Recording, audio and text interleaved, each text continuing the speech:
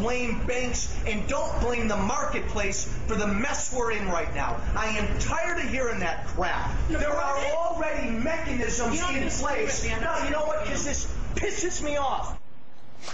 Illinois Congressman Joe Walsh's recent meet and greet turned into a meet and scream when Walsh planted his flag on the side of the banking industry. Walsh says he was just hungry, but hunger doesn't excuse a congressman's ignorance when it comes to the United States Postal Service. One of Walsh's constituents, postal worker Melissa Rakestraw, called him out on it. If the Postal Service can't compete in the marketplace, I am tired of propping it up. I'm tired of propping it up. The government hasn't propped it up at all. Then you know what? The government is what's dragging it down. The government's okay. Then you know what? I'll take every little restriction government puts on you. I'll get rid of it tomorrow. Yeah. Go out there and compete. Why wouldn't you like that? Why? As I said before, go compete. There's a universal delivery. No, don't talk. That has to be provided, a service that has to be provided to people across our country to help stimulate economies in rural areas, independent business. But people in rural areas. UPS and FedEx is not servicing these people. Melissa is right on the money, but Congressman Walsh refused to listen to her. Later in an interview, Walsh revealed that he doesn't care about the Postal Service.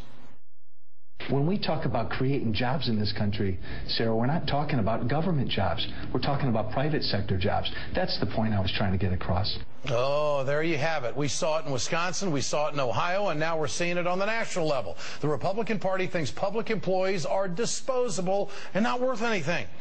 Joining me now is Melissa Rakestraw, a letter carrier for the United States Postal Service, and the woman you just saw on the videotape challenging the congressman. Melissa, great to have you with us tonight. When I first saw this videotape, I thought, dude, settle down. You're talking to the people that maybe put you in office. What was your reaction when he went off like that?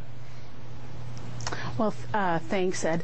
My reaction was one of shock.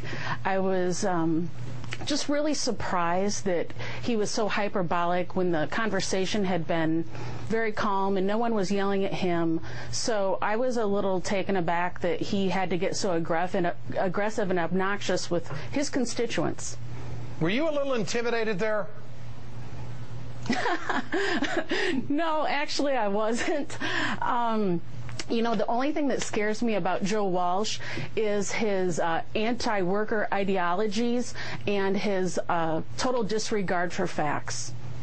Well, when you talked to him about universal delivery, and his response was baffling to me, he doesn't understand the post office. The post office goes places where the private sector doesn't go. Is that what you were trying to tell him? That's absolutely correct, Ed. The post office, first of all, was established by the Constitution. I know Joe claims to be a big fan of the Constitution. And because of our charter, we are obligated to serve all the citizens of the United States. And FedEx and UPS don't do this. 25% of their deliveries are finished by the Postal Service. And we also offer much cheaper and more competitive rates than FedEx and UPS. There's a lot of people that get prescriptions through the mail, elderly people. They can't afford to have these rates go up.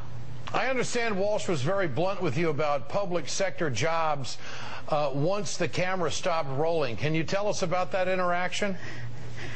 That's absolutely correct. At the end of the discussion, he came up to me, and he was face-to-face. The camera was either off or it couldn't pick up the volume because he was speaking very low, just so that I could hear it. And earlier I had told him if he supports Darrell Iss's bill to reform the post office, that 200,000 jobs could be lost. 20% of those employees are veterans. And Mr. Walsh came up to me. He said, I do not care about the loss of public sector jobs. There you have it. Melissa Rakestraw, great to have you with us tonight. You tell a great story. Thanks a lot. That's who they are. They're called Republicans. That's the Ed Show. I'm Ed Schultz.